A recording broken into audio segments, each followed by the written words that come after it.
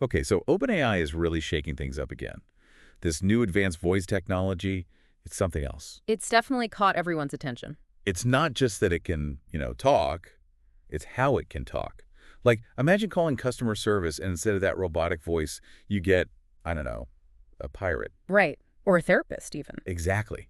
It sounds crazy, but when you see the demo, I was looking at their video, OpenAI Advanced Voice is here live testing, and honestly, the multilingual stuff blew me away. Oh, yeah. That was impressive. And I don't just mean, like, basic translations. Yeah. This AI was switching between Spanish, German, Hindi, even threw in some Russian and Irish accents. Sounded totally real. Yeah, that's a big deal for accessibility, making tech that works for everyone no matter what language they speak. For sure. But it goes beyond that, right?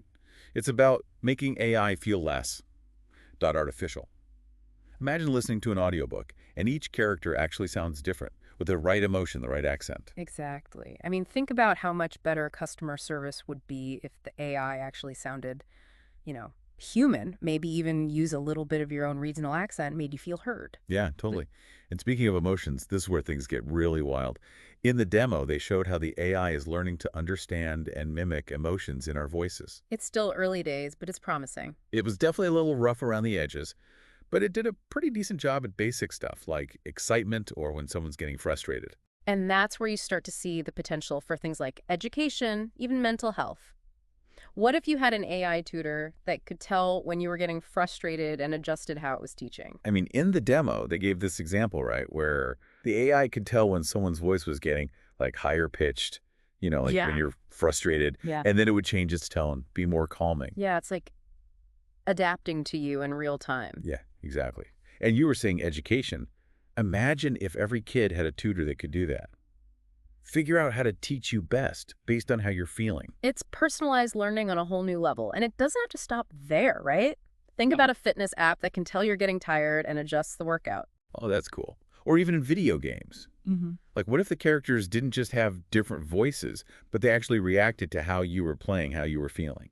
That's where it gets really interesting, I think. That level of immersion, where it's almost like the game knows you. It's like it's responding to you, not just, following a script. Yeah. But okay, one thing that did surprise me, in a good way, was how careful OpenAI is being with all this. So I've got all these rules about what the AI can and can't do. Like, no imitating copyrighted characters, no celebrity voices. It's refreshing to see, honestly. A company actually thinking about the ethical side of things right from the start. Instead of just, let's throw it out there and see what happens. Exactly. And they're drawing a hard line at anything harmful, mimicking speech impediments, hate speech, that kind of thing. Yeah, you don't want this tech getting used in the wrong way. So that's good to hear. But, I mean, we've talked a lot about the what-ifs and the ethics.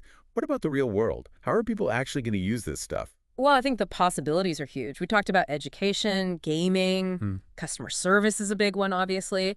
But it goes beyond that. Imagine how much more effective marketing could be. Oh, right. Like personalized ads that actually speak to you, literally. Exactly. Or think about people with disabilities. This tech could be life-changing for them, giving them new ways to interact with the world. I mean, it's almost like we're looking at this whole new way of interacting with technology, It really is a fundamental shift. And it's not just, oh, this is cool, we can do this now. It's like, yeah. What could this mean for how we learn, how we work, how we connect with each other? And for people who might not have had access to those things in the same way before, the accessibility part of this is huge. Think about language barriers just disappearing. Right. It's like we always talk about technology bringing people together, but this is actually doing it. It is. It's really exciting to see. It's like we're on the edge of this future we could only kind of imagine before, where tech isn't this cold, impersonal thing, but it understands us, helps us be more human, not less. It's a little intimidating too, right? I mean, this is powerful stuff. We have to make sure we use it the right way. Absolutely, which is why I think it's so important that OpenAI is being so upfront about the ethical side of this, having those guidelines, starting that conversation. It gives me hope, I'll be honest. It means we're not just letting technology run wild. We're actually thinking about the consequences, making choices. And it's a conversation we all need to be a part of. Because the more powerful this tech gets, the more important those choices become. So I guess the big takeaway here as we're wrapping up this deep dive. This is just the beginning. Exactly. This advanced voice thing, it's not just a cool trick. It's a sign of what's to come. And what's to come, well, it could be amazing if we do it right.